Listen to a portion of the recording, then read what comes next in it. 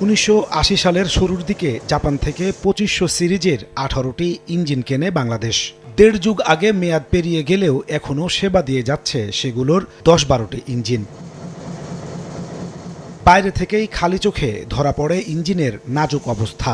চাকার সঙ্গে ব্রেক ধরে রাখার লোহার পাতটিকে বেঁধে রাখা হয়েছে সামান্য জিআই তার দিয়ে। এর ভেতরের অবস্থা আরও ভয়াবহ।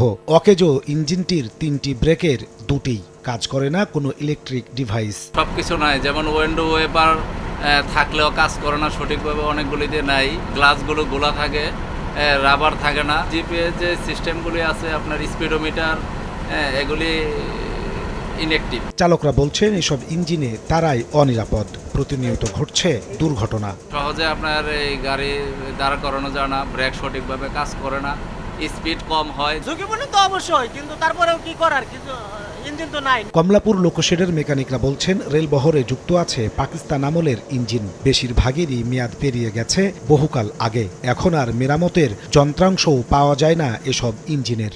50-60 বছরের ইঞ্জিন আছে এখানে। এখন আমরা বর্তমানে যে কাজ করতেছি, এই কাজে গিয়ার কেসিংয়ের বোল্ট ঠিক থাকে না, মাথার বোল্ট ঠিক থাকে না। 20 বছর আগে এটার মেয়াদ গেছে গা। এটা যে রাস্তা থেকে আইছে হারাই বাতিল লেগে গেছে গা। যন্ত্রপাতি তো এইসব পাওয়া যাচ্ছে না। আমরা এক গাড়ি থেকে আরেক গাড়িতে এইগুলা দিয়ে মেরামত করে চালাইতেছি আর কি।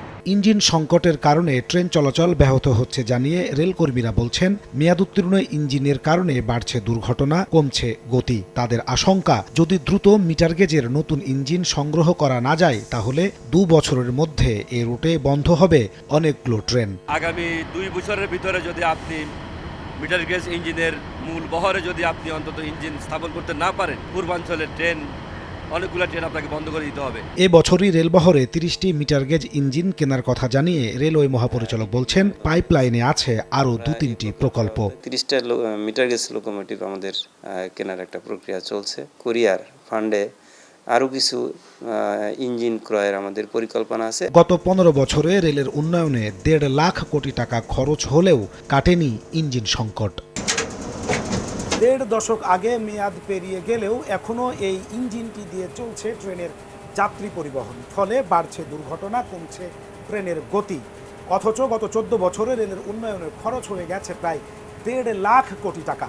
রেল কর্মীরা বলছেন আগামী 2 বছরের মধ্যে যদি মিটার গেজের অন্তত 50টি লোকোমোটিভ সংগ্রহ করা না যায় তাহলে বন্ধ হয়ে যাবে এ রুটের অনেকগুলো ট্রেন। নাজমুস সালেহী, সময় সংবাদ, ঢাকা।